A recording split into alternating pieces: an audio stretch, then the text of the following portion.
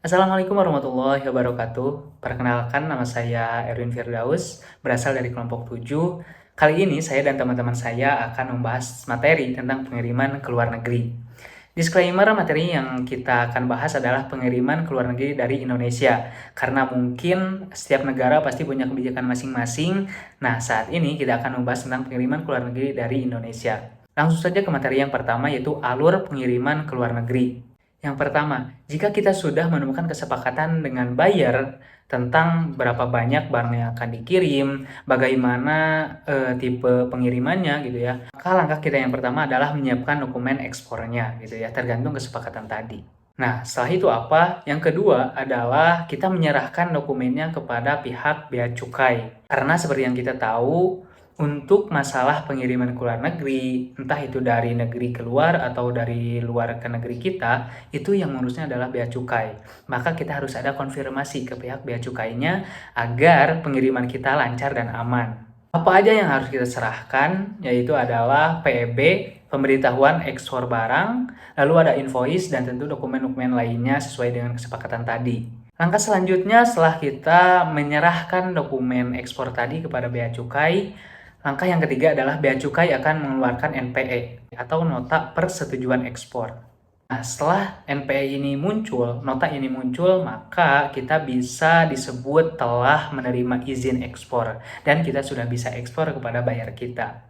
Lalu yang keempat, di saat waktu yang bersamaan kita harus mempersiapkan barang yang akan kita ekspor.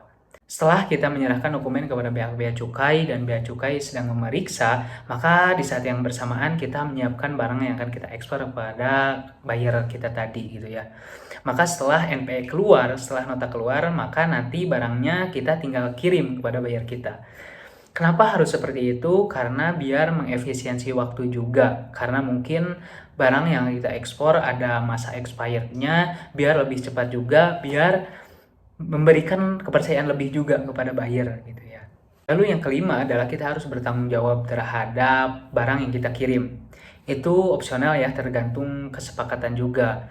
Apabila kesepakatannya kita yang mengirim full kepada buyer, maka kita harus mempertanggungjawabkan sepenuhnya. Lalu langkah yang keenam adalah kita menerima uang dari bank apabila kita memakai letter of credit gitu ya. Karena letter of credit ini paling banyak digunakan karena lebih aman dan lebih terpercaya juga.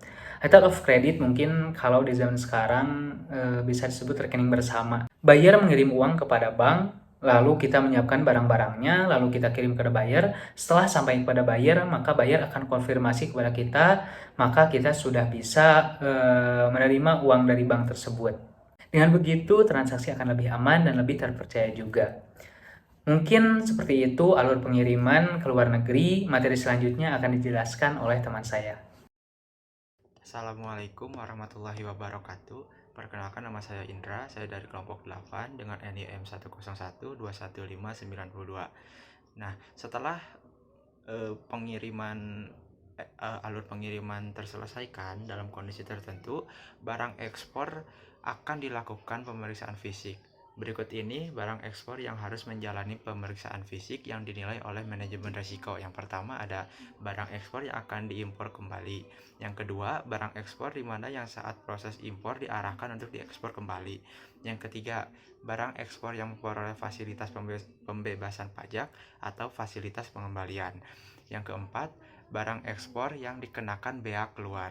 Yang kelima, barang ekspor yang menurut informasi dari DJP atau Direktorat Jenderal Pajak menunjukkan adanya indikasi akan terjadi pelanggaran atau malah sudah terjadi pelanggaran terhadap peraturan yang sudah berlaku. Yang terakhir, barang ekspor yang bersumber pada informasi yang didapat dari unit pengawasan yang menunjukkan adanya gelagat pelanggaran atau pelanggaran yang sudah terjadi terhadap perundang-undangan. Sekian penjelasan dari saya kembalikan kepada moderator. Halo teman-teman, sebelum ke penjelasan, perkenalkan nama saya Bobi Bayu Putra Dityana dengan NIM 10121581. Di sini saya akan menjelaskan tentang dokumen apa saja yang harus kita siapkan untuk impor atau ekspor. Nah, dalam proses ekspor impor ini ada berbagai dokumen yang harus disiapkan dan dipenuhi untuk memastikan keberhasilan perdagangan internasional gitu. Dokumen-dokumen ini dapat bervariasi tergantung pada jenis barang, negara asal, dan negara tujuan. Nah, berikut ini ada beberapa yang telah kami masukkan. Ada invoice ekspor, ada bukti pemberatan, ada packing list, ada sertifikat asal. Nah, pertama-tama saya akan menjelaskan tentang invoice ekspor. Invoice ekspor-impor ini ada beberapa isinya gitu. Nah, penjelasan invoice ekspor ini di dalamnya itu ada informasi identifikasi barang, ada nomor dan tanggal invoice, deskripsi barang, ada harga dan valuta. Yang kelimanya ada syarat pembayaran. Keenam ada ketentuan pengiriman, ada pajak, bea cukai, dan biaya lainnya, ada klasifikasi barang, ada nomor referensi, dan tanda tangan dan stempel dari pihak pengirim. Selanjutnya ada bukti pemberatan. Nah, bukti pemberatan ini biasanya disebut Bill of Lading.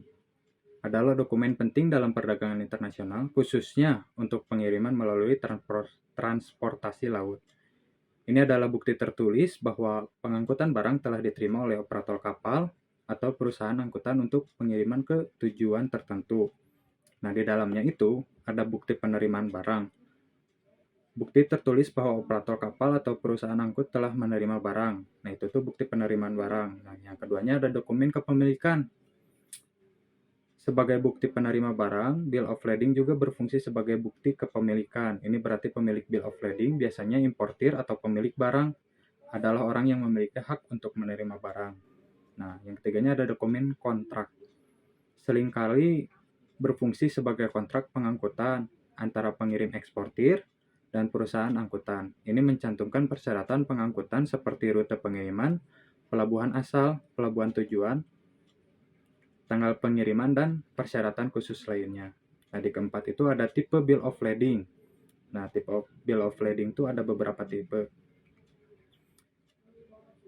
Ada Bill of Lading yang dikeluarkan, ada Bill of Lading yang dikirim, dan Bill of Lading yang bersifat negosiasi. Bill of Lading yang dikeluarkan adalah dokumen asli yang biasanya diberikan kepada pemilik barang. Bill of Lading yang dikirim adalah versi yang dapat dikirimkan secara elektronik, jadi kayak PDF atau apalah gitu ya. Oleh perusahaan angkutan, Bill of Lading bersifat negosiasi, dapat diperdagangkan dan digunakan sebagai alat pembayaran dalam beberapa transaksi. Nah, itu ya tentang tipe Bill of Lading. Nah, untuk yang kelima ini ada informasi terperinci. Nah, jadi dalam Bill of Lading itu mencantumkan informasi rinci tentang barang. Entah itu misalkan beratnya, panjangnya, seperti itu ya.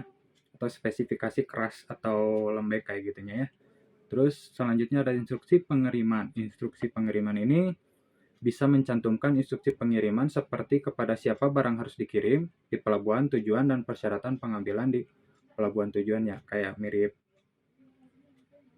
harus langsung dikirimkan atau harus digudangkan atau bagaimana, nah seperti itu ya. Nah, terus ada yang ketujuh, tanda tangan dan stempel. Nah, itu biasanya wajib ya, setiap PT punya logonya sendiri, stempel resmi dari sebuah PT gitu. Terus selanjutnya ada dokumen kepemilikan transferable.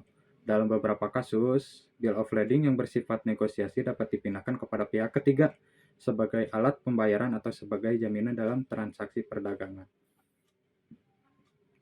Selanjutnya ada penjelasan tentang packing list. Nah, packing list itu daftar isian barang, dokumen penting dalam perdagangan internasional yang digunakan untuk mencatat dan menjelaskan rincian barang yang akan kita kirim gitu dalam suatu pengiriman. Nah, ini tuh memberikan gambaran yang jelas tentang isi kemasan atau kontainer dan membantu pihak yang terlibat dalam proses impor atau ekspor memahami apa yang ada di dalam pengiriman tersebut gitu. Nah, di dalamnya tuh ada deskripsi barang, masih sama-sama yang lain ya. Ada jumlah dan unit pengukuran. Yang selanjutnya ada berat bersih dan berat bruto. Kok bruto sih? Bruto. Yang selanjutnya ada dimensi dan ukuran, ada nomor kemasan, ada nomor referensi, ada informasi penerima, Yang terakhir ada tanda tangan dan stempel. Seperti itu ya. Nah, selanjutnya yang terakhir ada penjelasan tentang sertifikat asal. Nah, dokumen yang mengidentifikasi negara asal barang-barang yang diimpor ke negara tertentu itu digunakan dalam perdagangan internasional untuk memberikan informasi kepada pihak berwenang di negara penerima mengenai asal barang yang bisa mempengaruhi penerapan tarif bea cukai atau menerima perlakuan khusus berdasarkan perjanjian perdagangan tertentu. Nah, di sini ada yang pertama tuh ada fungsi sertifikat asal, gitu ya. Fungsi sertifikat asal barang, sertifikat asal digunakan untuk mengidentifikasi negara asal barang. Ini penting karena banyak negara memerlukan tarif bea cukai dan peraturan perdagangan yang berbeda-beda berdasarkan asal barang. Ya, kayak Indonesia dengan Jepang itu udah pasti beda biaya bea cukai, biaya barang masuk ke bea-nya kayak gitu ya. Terus ada keuntungan tarif. Sertifikat asal dapat digunakan untuk memenuhi syarat tarif bea cukai yang lebih rendah atau pembebasan tarif sesuai dengan perjanjian perdagangan bilateral atau multilateral. Ini dapat mengurangi biaya impor bagi importir. Nah, yang terakhirnya ada kepatuhan hukum. Dokumen ini memastikan bahwa barang-barang yang diimpor sesuai dengan persyaratan perdagangan internasional dan hukum yang berlaku. Nah, itu jadi barang yang masuk ke Indonesia juga itu kan menerapkan hukum yang berlaku di negara Indonesia. Kalau kita ke Jepang ya yang berlaku di Jepang gitu ya, kepatuhan hukum. Nah, informasi dalam sertifikat asal itu ada deskripsi barang, nomor seri dan partai, pengirim dan penerima, terus ada nilai FOB atau free on board. Ya, sertifikat asal dapat mencantumkan nilai FOB yang mencerminkan nilai barang di pelabuhan asal. Nah, kayak misalkan harga HP di Indonesia sekitar 1,5 juta. Nah, itu tuh dicantumkan ya. Nah, terus negara asal, misalkan Indonesia, terus ada tanda tangan, misalkan PT Bobby Bersaudara, nah, seperti itu ya. Terus ada, nah di sini juga dijelaskan tentang jenis-jenisnya. Jadi jenis sertifikat asal itu ada dua. Yang pertama yang umum, ini adalah sertifikat asal yang digunakan secara umum dalam perdagangan internasional untuk mengidentifikasi negara asal barang. Nah, terus yang keduanya itu ada asal preferensi. Nah, ini tuh diperlukan dalam kasus di mana barang-barang memenuhi syarat untuk tarif preferensi berdasarkan perjanjian perdagangan yang menguntungkan. Sertifikat asal preferensi menyediakan informasi tambahan untuk memverifikasi syarat preferensi. Sekian yang saya dapat sampaikan. Mohon maaf apabila ada salah kata. Terima kasih. Selanjutnya saya akan menjelaskan tentang freight forwarding. Freight forwarding adalah usaha yang memiliki peran untuk menjalankan aktivitas yang berkaitan dengan pengiriman barang. Freight forwarding biasanya melakukan pengiriman barang dengan skala dan jumlah yang besar serta melibatkan dua negara. Berdasarkan pasal 1 angka 15 Peraturan Menteri Perhubungan No. 49 tahun 2017, penyelenggaraan dan pengusahaan jasa pengurusan transportasi definisinya adalah kegiatan yang ditujukan untuk semua kegiatan yang diperlukan bagi terlaksananya pengiriman dan penerimaan barang melalui angkatan darat, kereta api, laut, dan udara. Freight forwarding mewakili eksportir, importir, shipper, dan sebagainya. Jasa ini menangani seluruh proses pengiriman melalui dari packing, penyimpanan, pengurusan dokumen-dokumen, dan konsultasi kepabeanan. Bahkan hingga memastikan barang telah sampai di tangan importir dengan aman. Perusahaan yang menyediakan jasa freight forwarding juga disebut dengan freight forwarder. Tugas freight forwarder adalah 1. Yaitu mengatur pemilihan rute dan noda pengiriman. Agar dapat memangkas durasi waktu pengiriman, freight forwarder bertugas untuk mengurangi rute transit. Perusahaan ini juga dapat mengatur moda transportasi yang akan digunakan dalam pengiriman. 2. Mengatur penerimaan barang, yaitu penerimaan barang mencakup penyortiran dan pengemasan barang. Jika sudah melalui proses pengemasan, barang akan melalui proses keamanan dan penimbangan berat. Tugas selanjutnya adalah menyimpan barang tersebut di gudang atau warehouse. 3. Melakukan penanganan dokumen, yaitu mengurus berbagai macam dokumen untuk kegiatan ekspor, impor juga ditangani oleh freight forwarder, mulai dari letter of credit, perizinan bea cukai, dan sebagainya. Selanjutnya ada biaya freight forwarding. Biaya freight forwarder biasanya berkisar 250.000 sampai 1 juta rupiah untuk sekali pelayanan. Harga ini tak tergantung jumlah barang yang dikirim. Akan tetapi, biaya tersebut belum termasuk pengurusan dokumen, tracking, dan sebagainya. Mengacu pada PMK nomor 141 PMK 03 tahun 2015 pada Undang-Undang Pajak Penghasilan, freight forwarding dikenakan tarif PPh 23 sebesar 2%. Ada dua metode pembayaran terkait penggunaan jasa ini, yaitu metode reimbursement dan metode reinvoicing. Metode pembayaran yang dikenakan PPh 23 adalah yang menggunakan metode reinvoicing. Berikut saya akan menjelaskan tentang jenis-jenis transportasi yang bisa digunakan untuk mengirim paket ke luar negeri. Yang pertama ada mobil box. Mobil box merupakan salah satu jenis kendaraan yang biasa digunakan oleh jasa ekspedisi kargo. Pengiriman menggunakan transportasi dapat dipastikan aman karena mobil memiliki cover dengan kualitas yang baik dan aman. Yang kedua ada truk dengan sedan sideless belakang. Pengangkutan tersebut juga biasanya menggunakan truk sejenis dengan kapasitas punggung truk sedang. Besar kecilnya daya angkut kendaraan ini kurang lebih berkisar 10 kubik yang didukung dengan tenaga mesin truk mulai dari 100 PS hingga 135 PS. Yang ketiga ada truk bak fuso. Berikut ini adalah truk dengan sekring belakang dan lebih besar, yakni berkisar antara 190 PS hingga 220 PS. Sedangkan panjang tepiannya kurang lebih 6 hingga 19 meter. Truk bag menjadi pilihan utama. Truk bag menjadi pilihan utama untuk pengiriman barang karena dapat membuat banyak paket. Juga lebih aman karena terdapat penutup di bagian kanan, samping, dan atas. Yang keempat ada penarik mobil. Kendaraan yang disebut mobil towing ini bisa digunakan untuk mengangkut kendaraan transportasi roda 4. Contohnya kayak seperti MPV, SUV, Jeep, dan masih banyak lagi. Yang kelima ada truk pengangkut mobil. Kendaraan ini mampu mengangkut beban dalam jumlah besar, bahkan lebih besar dari mobil towing. Kendaraan pengangkut barang jenis ini banyak menjadi pilihan jasa angkutan kendaraan bermotor untuk pendistribusian langsung dari pabriknya.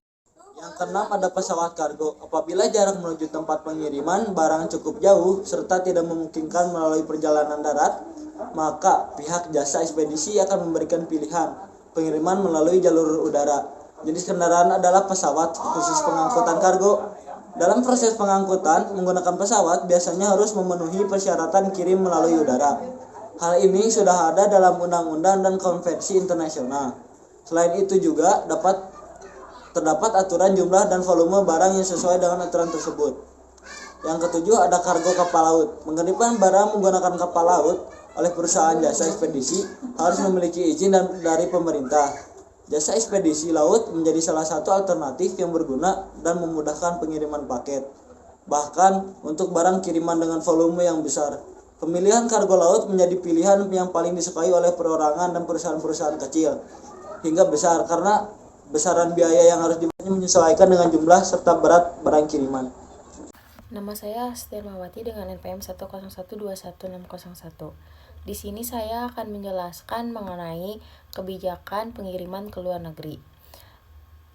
Adapun tujuannya yang pertama yaitu melindungi kepentingan industri dan produksi dalam negeri.